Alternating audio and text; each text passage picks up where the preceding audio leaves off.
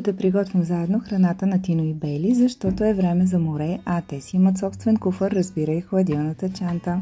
Започвам с една лека рецепта с пуешко месо, която е подходяща за горещите дни. Добавям средиземноморско меню, още една лека рецепта, идеална за лятото с супер състав. Слагам и още една рецепта с пуешко, защото искам храната ми да е лека и подходяща за сезона.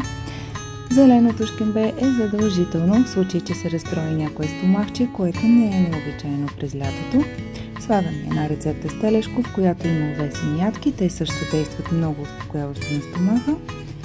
Разбира се, нашия бестселър, фермерска рецепта, едно семпло меню с пилешко месо.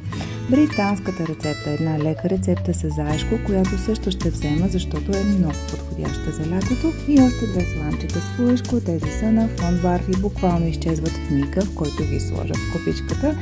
И два костни булона, нещо малко, което дава много на моите кучета. Полезни са за стомаха, ставите, имунитета и са чудесно допълнение към всяко меню. А на морето е още по-вкусно.